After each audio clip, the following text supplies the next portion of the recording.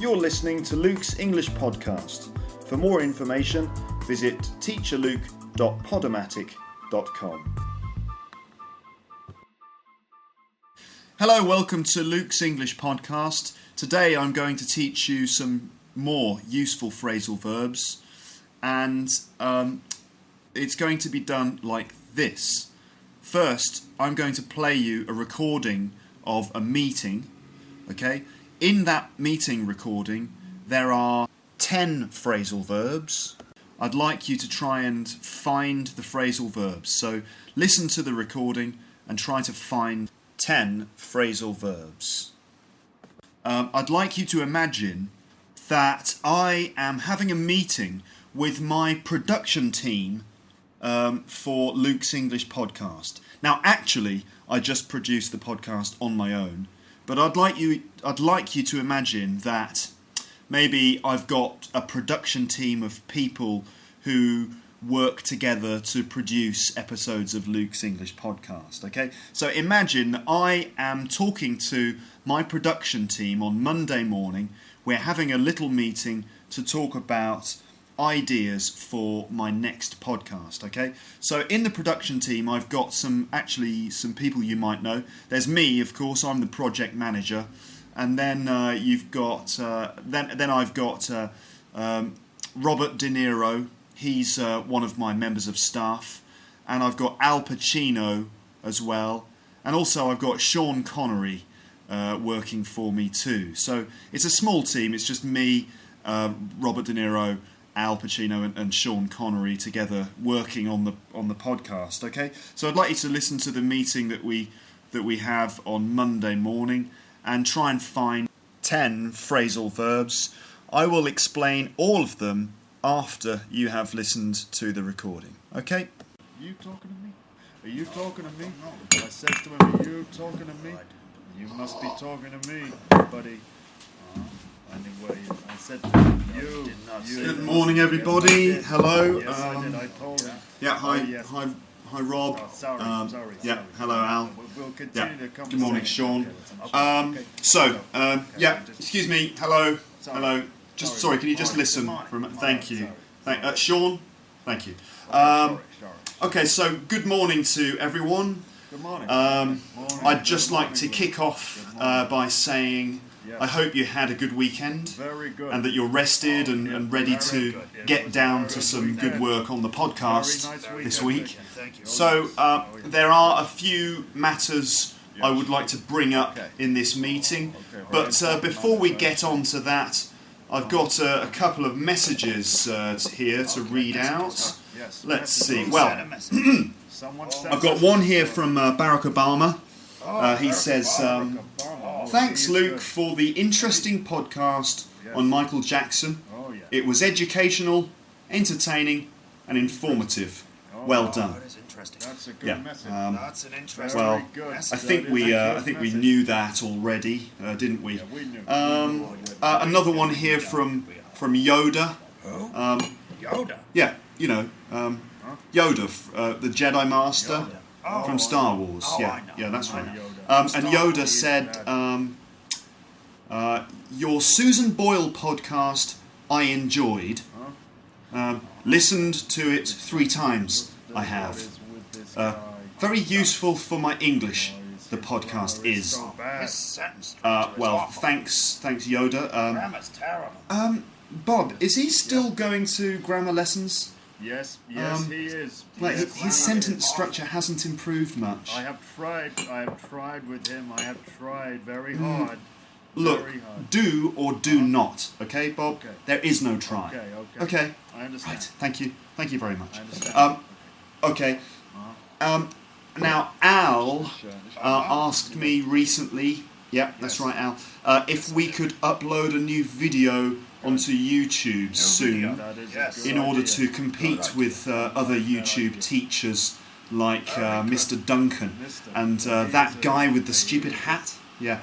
Well, I'd like to put that aside for today and come back to it later. I'm not too worried about those guys, really, and I'd like to focus on the audio podcast Okay. rather than the YouTube videos at the moment. Yeah, you're good. Okay? You're good. I'm sure I don't need to spell out how important it is for us to just concentrate on audio podcasts. You don't need to spell it out. Yeah. It's easy. You know, people can listen to them anywhere, or while they're having a bath, or driving, or on the toilet, or whatever. I really don't need to spell it out for you, do I? The main thing for us to deal with is, at the moment now, is the grammar rules for our next podcast on passive verb forms. Okay, Bob, can I ask you to deal with that? Okay, I will do it. Okay, check it in the grammar book, read the main rules, and then just sum them up on paper for me. Okay, I will do it. Okay, I will do it great. For you, So because you're good, okay? so now I'd like to just run through the diary for this week. Now, Very important. Al, Very on Thursday, you're going to interview somebody about the weather, okay? Okay. For our British Weather podcast. Okay, I will Okay, do Al? that. Great. Now, Bob, you're doing the grammar research. Okay, yes. I'm going to interview Kira Knightley Oh, good. on Thursday as well. Sean, She is let's good. see. She is beautiful. Sean, could you perhaps Very just nice. go down to Tesco's Yes, Tesco. and get some biscuits and some coffee Yes, okay. for us? Yes. That's great. Thank you very What we much. should do, Luke. Okay, I'll do it. Okay, so any questions? No questions. No? No questions No? at all. Great. I just wanna Okay, say let's you're get good. started then. Okay, Luke, Very you're happy. good. I'm You happy. are very good. I'm Okay. very happy with you, Luke. Thank you. Okay, what a very successful meeting that was. But did you manage to hear the 10 phrasal verbs? Well, here's a list of the phrasal verbs that I used there. I'm just going to read the list to you now. Here we go. To kick off by doing something. To get down, or to get down to something. To bring something up, to bring something up. To get onto something, to get onto something. To put something aside, to put something aside. To come back to something, to come back to something. To spell something out, to spell something out. To deal with something, to deal with something. To sum something up, to sum something up. And to run through something, to run through something. Okay, so now I'd like to just go through or run through those 10 phrasal verbs one by one. I'll explain what they mean, I'll explain how they are used, and I'll give you some examples, okay? So let's start with the first one. So the first one I used was to kick off, to kick something off, in this case to kick off a meeting, and it means to start something. It's just a phrasal verb which comes from football, actually. At the beginning of a football game, one team kicks off. They kick off the game. So we can use that expression in other things, like, for example, in a meeting. And I said, I'd just like to kick off by saying good morning to everyone. Okay? So it's very common in a meeting. We say, I'd like to kick off by running through the agenda. Okay? So to kick off by doing something. I'd like to kick off by saying hello. I'd like to kick off the meeting by saying hello to everyone. Okay, to kick off. You could say to kick the meeting off. I'd like to kick the meeting off by asking you a question, for example. So to kick off. The next phrasal verb was to get down to something. Now I've taught you about this before. To get down to something, it means to start doing something seriously and with a lot of your attention and effort. Okay, to get down to something. In the meeting I said, I hope that you're rested and ready to get down to some good work on the podcast. Okay, that means I hope you're rested and ready to seriously start with concentration and effort some good work on the podcast. An example for you as a learner of English might be something like, I had a free evening, so I managed to get down to my homework, or I managed to get down to doing my homework. Okay? Yeah, unless you're students in my class, because for some reason, many of them can't be bothered to do their homework at the moment. They keep giving me these funny excuses like, "Oh, sorry, Luke, I did my homework, but my dog ate it." Right, okay, yeah, sure, your dog ate it, right. Actually, I can't really blame them for using that excuse because I taught it to them, so I suppose they are learning something, even if it's just the ability to come up with ridiculous excuses. Anyway, the phrasal verb there was to get down to something. I need to get down to some work, or let's get down to some work on the podcast. Okay. The next phrasal verb was to get on to something. To get on to something, and that means to do something after you have done something else. Okay. Now in the meeting example there, I said there are a few matters I'd like to bring up in this meeting, but before we get on to that, I've got a couple of messages to read out. Okay. So that's to get on to something, meaning to do something next. After that, we had to put something aside. To put something aside. Well, that means to not talk about something so that you can discuss something else. Okay? It's a bit like saying, I'd like to leave it until later, or I'd like to wait until later before we discuss it. So I'd like to put that aside for today and come back to it later. Okay? So in the meeting, that's exactly what I said. I said, well, I'd like to put that aside for today and come back to it later. Okay? Come back is the next phrasal verb. Okay? Come back. And it's quite clear, I think, that I expect most of you know that expression. It means to return, to discuss it later. Okay? To come back to it later. Return to discuss it later. Those are very, very common expressions that people use in meetings, for example. It might be, well, I'd like to put that aside for today and come back to it later.